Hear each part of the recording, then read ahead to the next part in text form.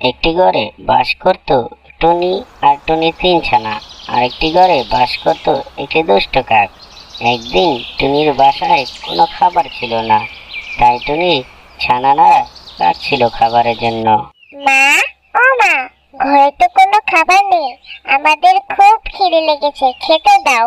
আমার ছানারা, তোমরা কেঁদো না, তোমরা খেলাধুলা করো, তোমাদের জন্য আমি খাবার নিয়ে আসি।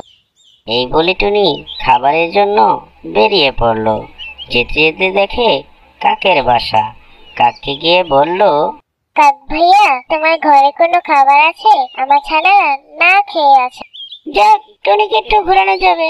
আছে মানে এসএমসি রোসলাইং এর মতোই আছে, কিন্তু টুনি আমার বাসায় তো কোনো খাবার নেই।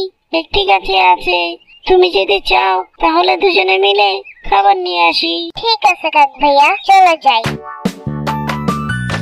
কোথায় কাক ভাইয়া?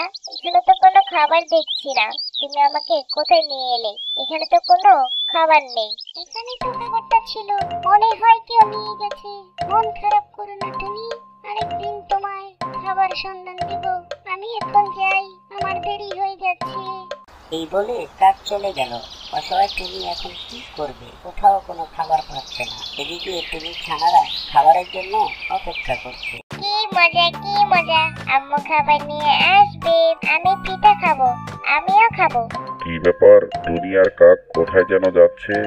ঠিক বলেছো বাঘ ভাইয়া, টুনির বাসায় কোনো খাবার নেই, তাই টুনিকে নিয়ে একটি গাছে গিয়েছিলাম। গিয়ে দেখি কোনো খাবার নেই, খাবারটা কেউ জানে নিয়ে গেছে। টুনিকে রেখে আমি চলে আসলাম। কাক, তুই ঠিক বলছিস তো? তাই যদি হয় তাহলে তো টুনির ছানারা এখন বাসায়। যাই, টুনির বাসায় যাই, গিয়ে দেখি টুনির ছানাদেরকে খেতে পারি কিনা।